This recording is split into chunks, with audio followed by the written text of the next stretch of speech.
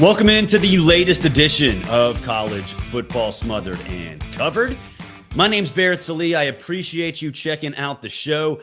If you missed me, I apologize. We did two shows last week while I was at Disney World. They were not video versions. They were audio versions. However, we came back Friday night, talked a little bit about the college football playoff. Friday night, not necessarily the best time to record a podcast. So go back, check it out. They're all available on YouTube, Rumble, Apple Podcast, all that stuff. So yeah, we're back. We're back in the home studio. We're going to go and do this every single day now, back on the normal schedule. So again, tell your friends, leave a review, 5-star, 1-star, what you like, what you hate. I love all of that insight because this show is for you. This show is for the college football fan. And as I say every single week, every single day, college football is the most undercovered sport in America. We don't care about the NBA here. We don't care about NHL, although the Thrashers are coming back, which I am very excited about, at least not officially, but yeah, it's going to happen. But you, the college football fan, deserve more.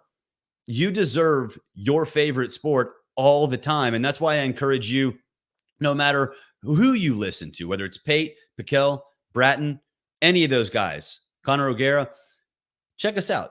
Put us all together.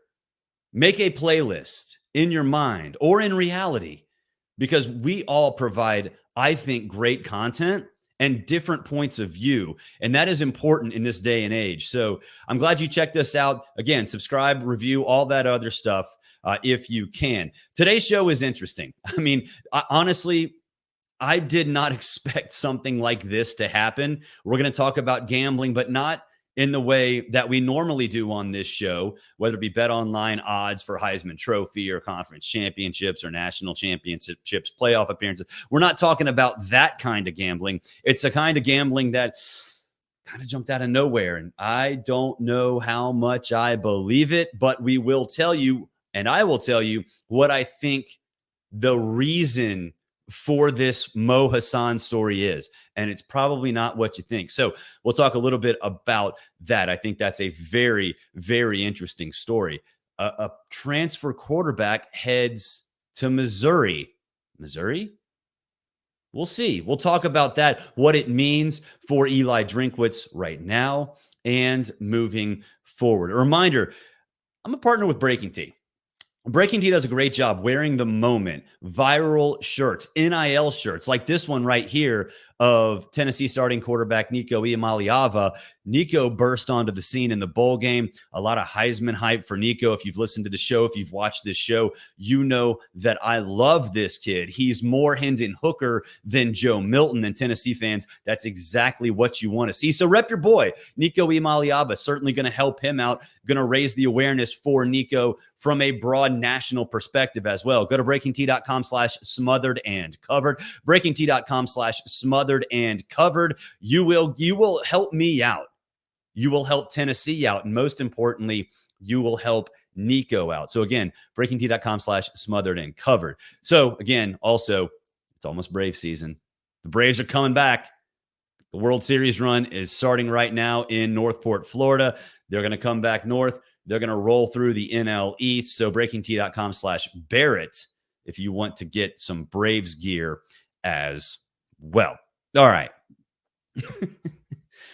This whole story makes me chuckle. I mean, it just makes me chuckle. And if you're not watching, here's the headline from the Nashville Tennessean. Ex-Vanderbilt quarterback who threw 17 passes, I love how they dropped that in the headline, claims the Italian mob offered cash to fix SEC games. All right. The details of this are even more hilarious. Apparently, he was approached at Jason Aldean's bar on Broadway to fix games. All right. The fact that he got approached at Jason Aldean's bar is absolutely hilarious because I would imagine Italian mobsters would probably stick out like a sore thumb at Jason Aldean's bar, because what that is, a bunch of drunk cowboys, bunch of karaoke people, bunch of bachelorette parties. Oh, and here's this Italian mobster offering a Vanderbilt backup quarterback to fix games. The mental picture of this just is awesome. I absolutely love it. And in my mind, I don't know if this is actually how it happened. We'll probably never know how it happened. But in my mind, Mo's just sitting at the bar. Some Italian mobster with chains and a nice little hat, expensive suit, rolls up and is like, hey, bro, you play for Vanderbilt? Hey, I want to fix some games. I'm going to offer you $500, $600, $700 to fix some games without even knowing he's not even a starter. I don't know if that's happened. I have no idea if that's how this went. But in my mind, that's how it went down. So, first of all, Mo Hasan has only attempted 17 passes. He was 11 for 17 for $158 and a touchdown in 2 years at Vanderbilt. And then he went to USC and didn't play. That in and of itself is hilarious that a backup quarterback is being approached. But here's the thing.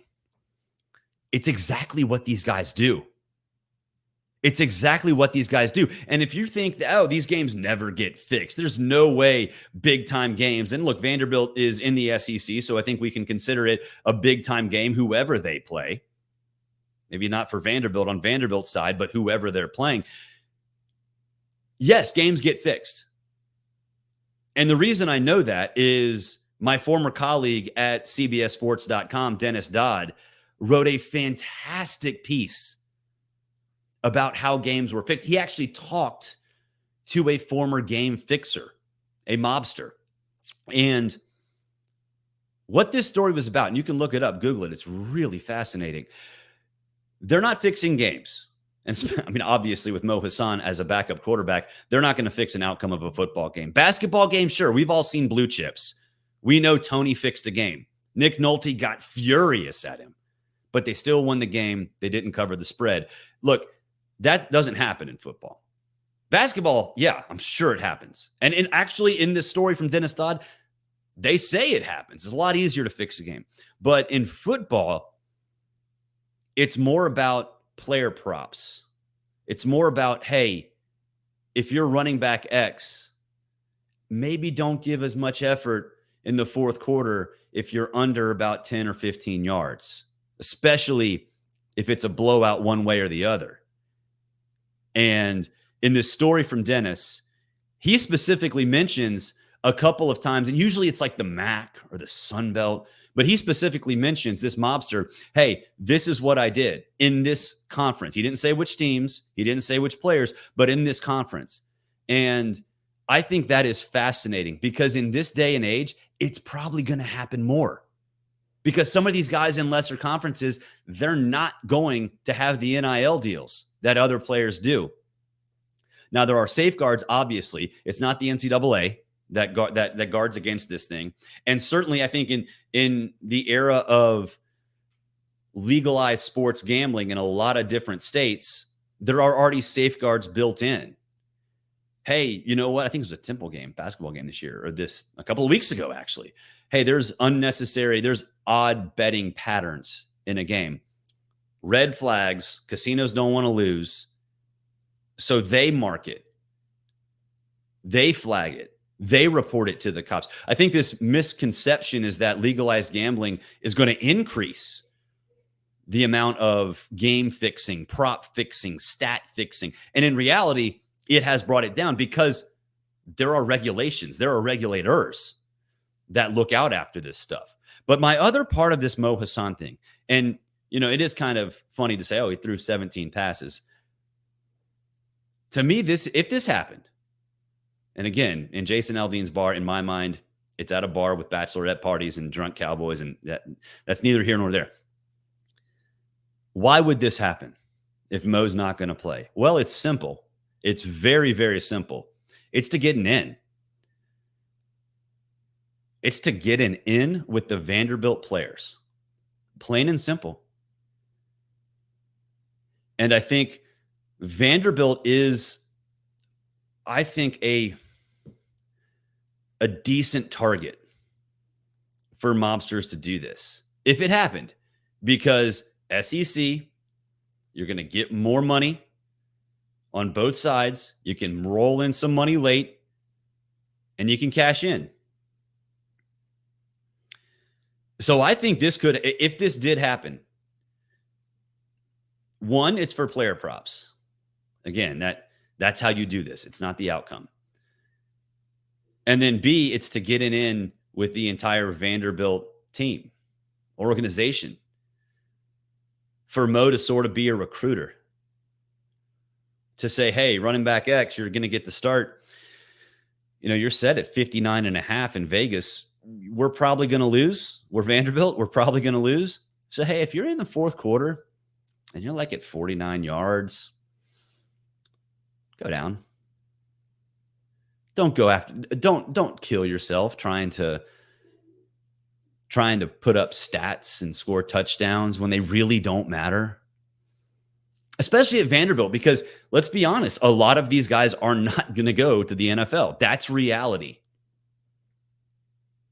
So to me, two things. One, I actually believe that this happened. And again, maybe not in the cartoonish way that in my mind, that my mind spins, but I believe this did happen.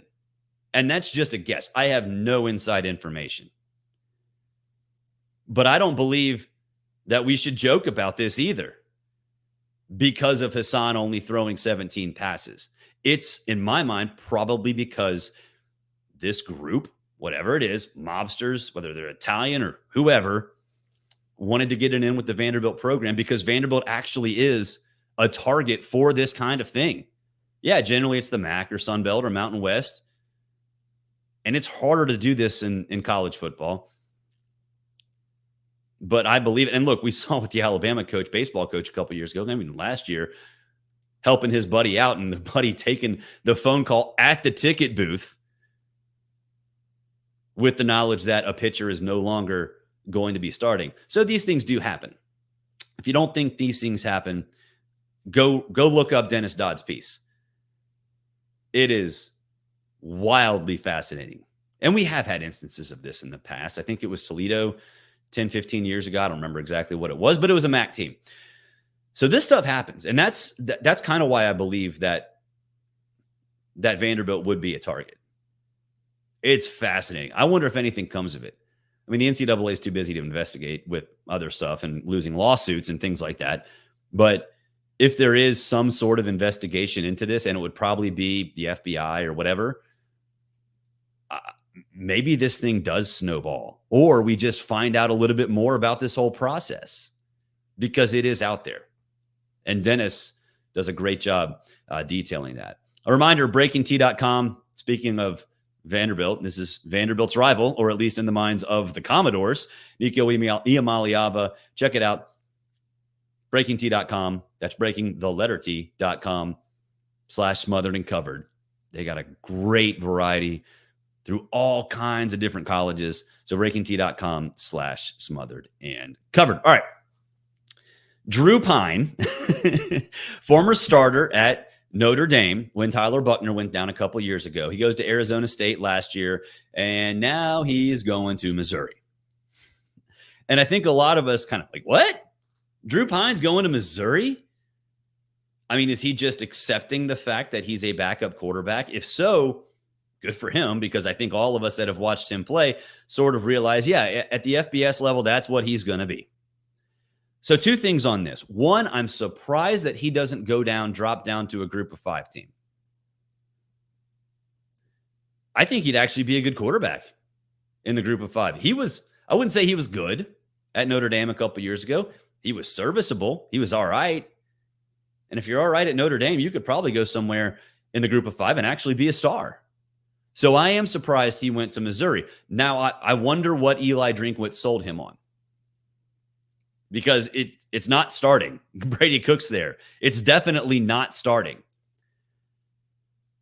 And maybe it's the kind of thing where, okay, I like this offense. I'm going to go here, learn, get more knowledge, see if I can translate that to somewhere else next year. Or maybe Brady leaves and he's the starting quarterback at Missouri, whatever it is. But you like the system. He likes the system. He learns more about it. And then the next step of his career could be finding a place to start, taking the knowledge he learns from Eli and going somewhere else, or getting a bigger perspective on how to be an assistant coach and maybe a head coach. I don't know Drew Pyne's mindset. I do know that he can be serviceable somewhere. But it goes to something else. And maybe these two things are connected. Maybe these dots can be connected. And look, I think they might be. There's a thing I've talked about for a very long time.